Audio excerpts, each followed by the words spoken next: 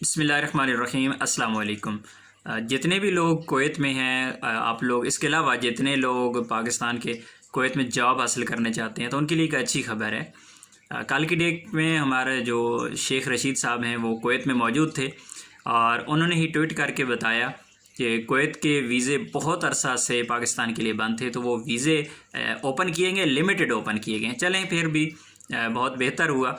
एक तो visit open हुआ है, जो विज़िट फैमिली विज़िट वीज़ा है। जो लोग कुवैत में जॉब कर रहे हैं ऑलरेडी और वो अपनी फैमिली को बुलवाना चाहते हैं तो वो लोग अभी बुला सकते हैं, उनके लिए एक अच्छी चीज़ है। और दूसरे जो टूरिस्ट हैं उनके लिए ओपन किया गया है, सॉरी टूरिस्ट नहीं, बिज़नेस वीज़ा को ओपन किया गया है। अगर कोई बिज़नेस के हवाले से, और बिज़नेस वीज़ा जो है बहुत ज़्यादा लोग वैसे भी ले लेते हैं। आप लोग समझते हैं कि जिसने विज़िट करना है किसी और काम के लिए बिज़नेस वीज़ा ले लिया, विज़िट कर लिया, बहरहाल वो एक अलग चीज़ है।